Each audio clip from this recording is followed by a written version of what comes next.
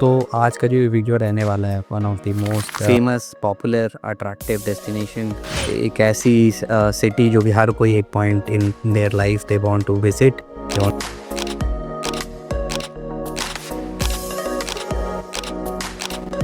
So basically this is the city of Paris.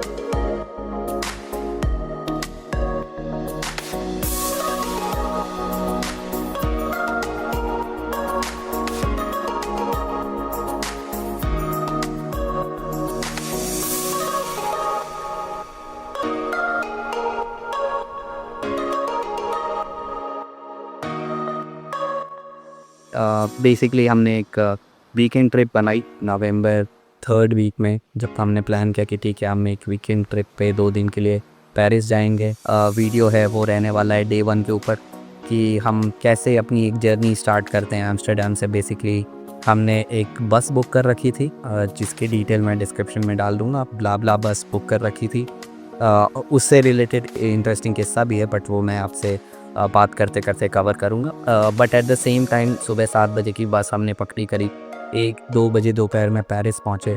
वहाँ से हम अपने होटल की तरफ बढ़ते हैं, basically to take some rest, get freshen up, ताकि हम फिर से घूमने निकल सकें। और जो ये पूरी वॉक है अप टू द होटल, हमें काफ़ी आइडिया मिल रहा था सिटी का। और हमारे होटल के भी बारे में मैं डिस्क्रिप्शन में डाल दूँगा। और बहुत इंटरेस्टिंग होटल भी था, क्योंकि यहाँ पे they give you a paper slip जिस पे आपका रूम नंबर लिखा होता है और एक पास कोड लिखा होता है रूम में एंटर करने का। नॉट लाइक इन इंडिया जहाँ पे हमें की या कोई फॉब मिलती है, यहाँ पे बेसिकली एक नंबर मिलता है पास कोड टाइप का, विच वॉज़ यूनिक। एक बार होटल में पहुँचने के बाद हम जल्दी से रेडी हो जाते हैं और फिर दोबारा से निकलते हैं, क्योंकि हमें अब वॉक करते हुए जाना है कॉले बिब्लिक क्यू, जो कि एक बहुत ही यूनिक आर्किटेक्चरल ब्यूटी है मैं कहूँगा, क्योंकि ये अपने आप में बहुत यूनिक है। बहुत बड़ा रीडिंग स्पेस इन्होंने क्रिएट कर रखा है। और ये जो पूरा व्यू है वो देखने में ही बुक्स शेल्फ की तरह लगता है बहुत सारी बुक्स एक साथ स्टैक कर दी गई है। वहाँ से ही पास में एक ब्रिज है, वुडन ब्रिज, आर्किटेक्चर के ऊपर ही क्रिएटेड। वहाँ पे हमने बहुत सारी फ़ोटोज़ क्लिक कराई, सनसेट एंजॉय किया। वहाँ पे बहुत सारे लोग एंजॉय कर रहे थे, म्यूज़िक डांस कर रहे थे।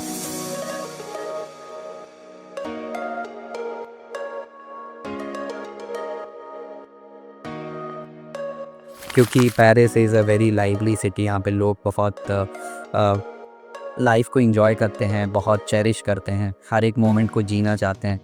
बहुत इंटरेस्टिंग एक और चीज़ यहाँ पे विटनेस की जब हम इस ब्रिज से और आगे बढ़े, जहाँ पे हमें दिखता है कि एक इंटरेस्टिंग पोर्टल जो कि क्रिएट किया गया इंसेक्ट्स के लिए, तो वो अपने आप में बहुत ही यूनिक है।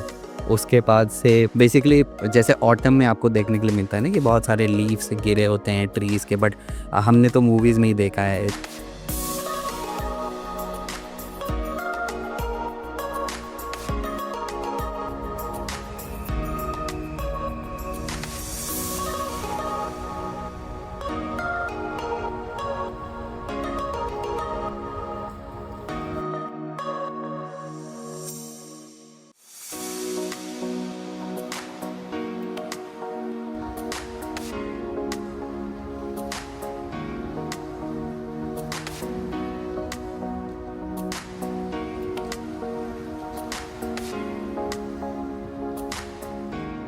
ये सब करने के बाद शाम लगभग ढल गई थी, तो फिर हमने सोचा कि ठीक है अब हमें वापस वॉक करके अपने होटल की तरफ जाना चाहिए। रास्ते में चूँकि मुझे हमेशा से बाइक में, ऑटोमोबाइल में इंटरेस्ट रहा है, हमें एक बहुत यूनिक सी बाइक दिखी और बाइकर दिखे, तो बाइक की कुछ फ़ोटोज़ मैं डाल रहा हूँ। होंडा मंकी, जो कि बेसिकली इंडिया में होंडा नवी आती है, कस्टमाइजेशन की किंग भी बोली जाती है, क्योंकि इस बाइक में आप सब कुछ कस्टमाइज़ कर सकते हो।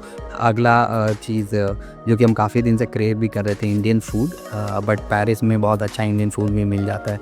हमने यहाँ पे पालक पनीर और नान ट्राई किया। इंडियन रेस्टोरेंट नहीं था, but they were serving very good Indian food. On the way back home, जब हम रेस्टोरेंट से निकलते हैं तो हमें रास्ते में एक आर्ट गैलरी मिलती है।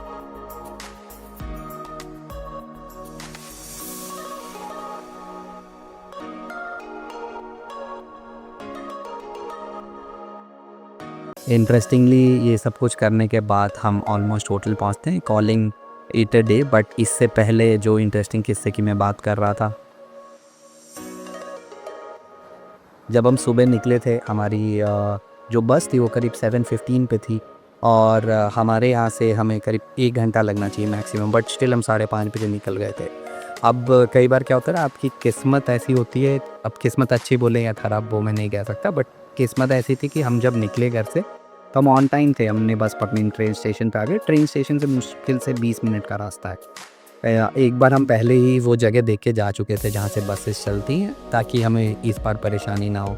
बट जब हम पहुँचे ट्रेन स्टेशन पे, तो किसी एक स्टेशन पे फायर की वजह से एक ट्रैक बंद कर दिया गया था। उस वजह से जो ट्रेन हमें कैच करनी थी, जो ट्रेन हमारे स्टेशन पे आती शिफोल एयरपोर्ट और वहाँ से हमें आगे ले जाती स्लॉटर ब्रिज, जहाँ से वो बस जानी है, वो ट्रेन आ ही नहीं रही है। तो एक ट्रेन नहीं आई, फिर दूसरी ट्रेन नहीं आई, और तीसरी ट्रेन आई तो बहुत डिलेड, मतलब वो 15 मिनट के डिले पे थी, जबकि नीदरलैंड में जनरली ट्रेन उतनी लेट नहीं होती हैं। अब हमारे पास जो बस का टाइम था वो 20 मिनट बचे थे, और ये जर्नी ही अपने आप में 15 मिनट की होने वाली थी। हम किसी तरीके से ट्रेन बोर्ड करते हैं, अगर कहीं ये 2 मिनट भी और लेट होती तो हम अटक जाते।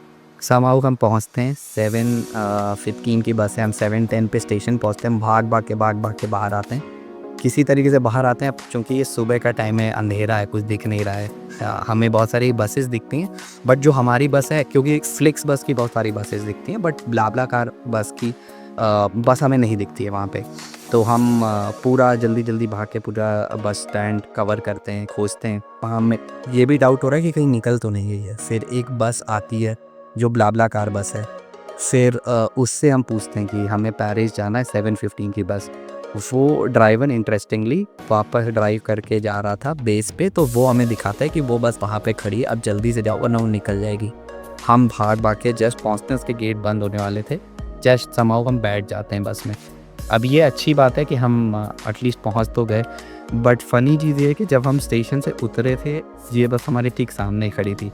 पर कई बार आप इतना हड़बड़ी में होते हो, आप इतना कंफ्यूज होते हो कि आपको सामने खड़ी हुई चीज़ नहीं दिखती और आपने पूरा बस स्टैंड खोज लिया। और एक वो भी रीज़न है, और दूसरा रीज़न ये भी कि उस बस पे ना कुछ लिखा हुआ नहीं था। तो नहीं लिखा हुआ होने से भी हमें थोड़ी दिक्कत हुई, क्योंकि फ्लिक्स बस ग्रीन पेंटेड होती हैं, साफ़ दिखती हैं। ब्लाब्लाकार बस का इस पे टैग ही नहीं था, ये नॉर्मल बस थी, इस पे कोई भी स्टिकरिंग या कुछ भी नहीं दिख रहा था, तो वो भी कन्फ्यूजन का रीज़न था। ऐसा कुछ पहला दिन बीता पेरिस में। उम्मीद है आपको पसंद आया होगा, तो वीडियो को लाइक करिएगा, डेफिनेटली अपने कमेंट ड्रॉप करिएगा, क्योंकि अब हम नेक्स्ट वीडियो में मिलेंगे जो कि होगा day 2 of the Paris trip. So till then, thank you, keep watching, good bye.